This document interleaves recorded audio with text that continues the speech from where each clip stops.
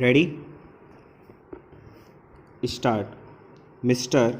Vice Chairman, I wish the matter had not come up for discussion in this House in the form in which it has come because we will be discussing, it appears, the same subject more or less piecemeal in connection with the other two wills as well.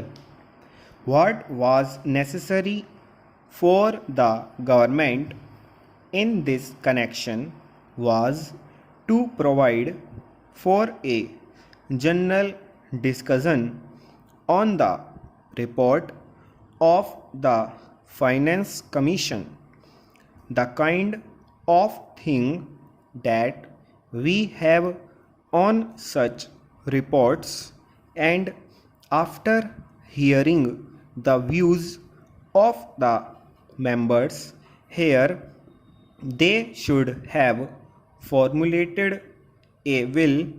Even if they had formulated the will earlier, the will should have been preceded by a discussion on the report. It would then have given us an opportunity of dealing with this rather important subject in our public finance and indeed in our national life. But now we are asked to treat this matter piecemeal and deal with the will as it comes separately. I say, sir, this would not seem very fair. It is true that we have had two other reports of the Finance Commission and that we have had certain opportunities of discussing the issues raised by the Finance Commission on previous occasions, but that should not have precluded a thorough discussion of the third report, more especially after the experience of the two 5-year plans, and generally also after the experience of the states in the matter of public finance and as regards relations between the states and the center. All I can say is that the government does not understand the magnitude of the problem or the urgency or the seriousness of the issues involved.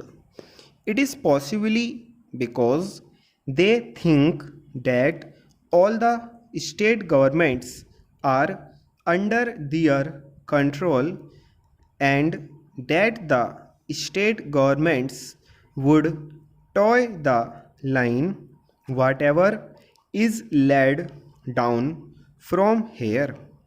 Suppose, sir, today a number of states had been outside the control of the same party which controls the central government.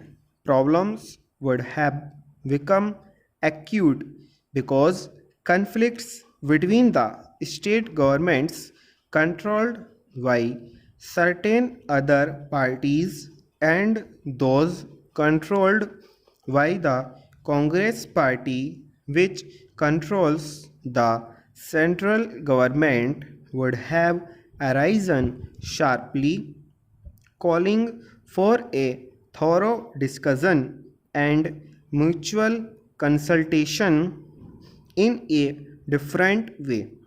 Once they can get past whatever they like, and also once it is passed, the states will more or less accept without any protest the dispensation of the center.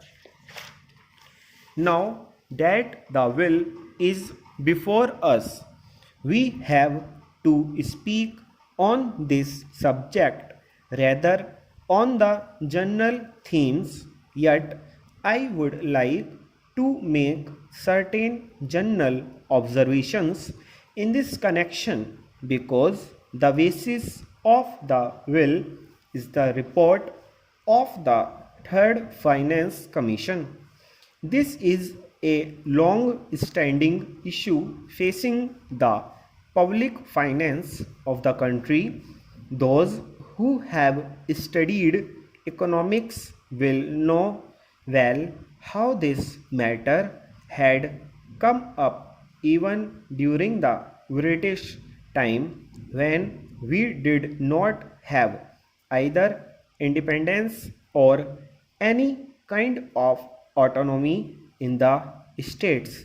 Even in that setup, even at that time, the state governments functioning under the British felt that something should be done with regard to adjustment of finances, especially in regard to the relations between the center and the states.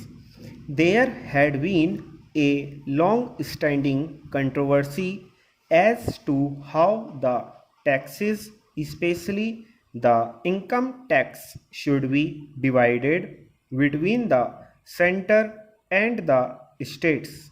I do not deny the existence of the controversy, and this controversy is not easy to resolve. The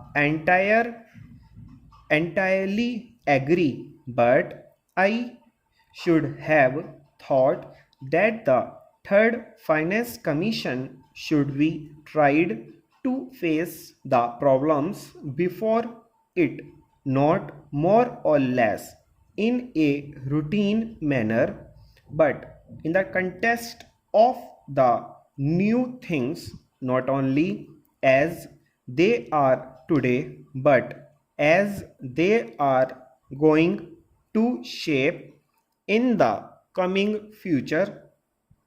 We have got what is called a quasi-federal constitution. I do not say federal constitution, although the spirit is there, but a quasi-federal constitution, because most of the powers, many of the powers that should remain with the states, are now in the hands of the central government. Therefore, in that way, it is more unitary in character than federal. At the same time, structurally speaking, we have got the state assemblies, legislatures, state budgets, and so on. They function more or less in the same way.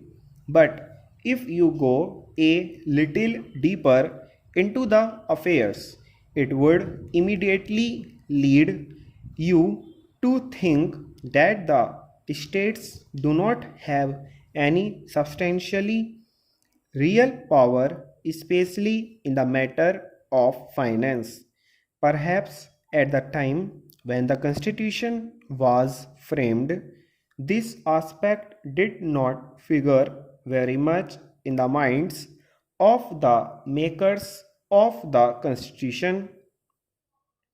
We had just become free, and the concept of welding India into a solid nation was uppermost in the minds of those people who framed the constitution and all others as well.